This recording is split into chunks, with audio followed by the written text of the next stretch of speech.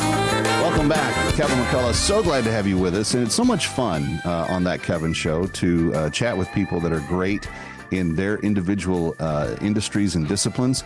My guest this hour right now is Keith Getty, a hymn writer. That may be a word you're not familiar with, HYMN, but it is basically the liturgy of the music of the church. It is the stuff that they sing in the context of worshiping God in the Christian church. And Keith, we were talking about the pool of writing to kind of hone down and find the nuggets. I was reading something towards the end of the year on Taylor Swift, and I believe for her album 1989, she composed more than 2,000 songs, of which 13 ended up getting put on the record. So, and it's not really any different if you're a church musician or if you're not a church musician. You're right. pursuing the diamond amongst everything else that's laying there. No, that's right. That's right. And people don't seem to understand that. And as a publisher, the hardest part of my job by far is talking to my writers and trying to help them realize that this is a great song. But if the question is, will this be sung by hundreds of thousands and millions of people? I think the answer is no.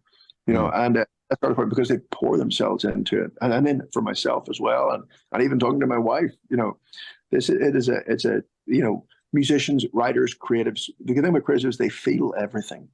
Do you know what I mean? And so having to have that sort of, or that ruthless focus to it, it's tough. Now, you were just this last week, you re-released In Christ Alone. City of Light released it in Sydney, Australia.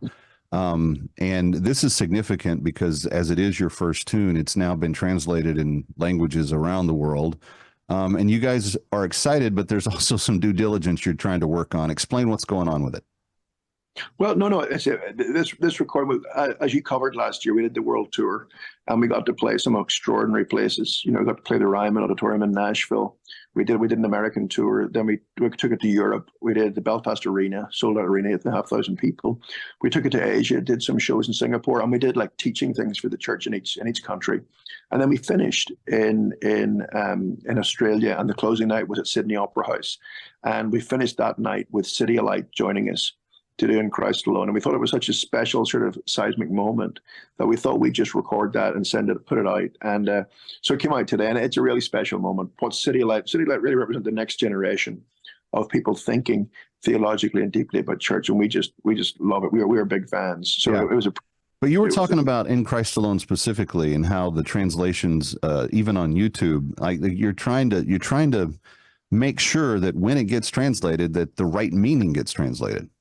And that's right. You know, so we, with our foundation, with Lausanne this year and with our world tours, are working all the time. Last year, the Sing conferences had over 55 nations coming to it, and I think 52 from different nations, where we actually spent time with leaders, with leaders of the next generation. So it's an extraordinary thing to be. But what we learned and what we were naive about is we just presumed everybody would do accurate and good translations of the songs. But actually, what's happened is basically once a YouTube version has 50,000 hits, that becomes the established version in that country. And the two big problems are often the translations are not what we would call singing poetry. So if they're not singing poetry, it's no fun to sing. And if you know it's no fun to sing, it's not enjoyable to sing, you don't sing it. That's just life. Do you know what I mean? Mm-hmm. And then is over half of them don't include a lot of the more fundamental doctrines that we had in the song. So they've cut out all the doctrines to make the song simpler, and what they hope will make the song more accessible. But that's a place we don't want to go.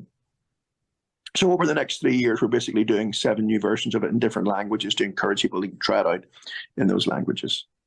That's going to be quite a haul, because to get singing poetry and doctrine combined that's going to take some linguistic art. So best wishes on all of that. You've also kicked off the year with 7 songs that you want the church to sing. Can you give us a little preview of what that's all about? Were all released in the last 18 months, and it's just our different writers doing different things. All My Boast Is in Jesus, and Rejoice are two opening songs for opening a service. Skye Peterson wrote the song I Am Not My Own about identity, which we think is a hugely vital song. Then a song called I Set My Hope in Jesus, which was subtitled Hymn for a Deconstructing Friend, and it's trying to help us sing through our doubts and our fears and appointments. We did one on called The Lord Almighty Reigns with Blessing Offer, which is a hymn about heaven. We did one for communion called Coming to Jesus.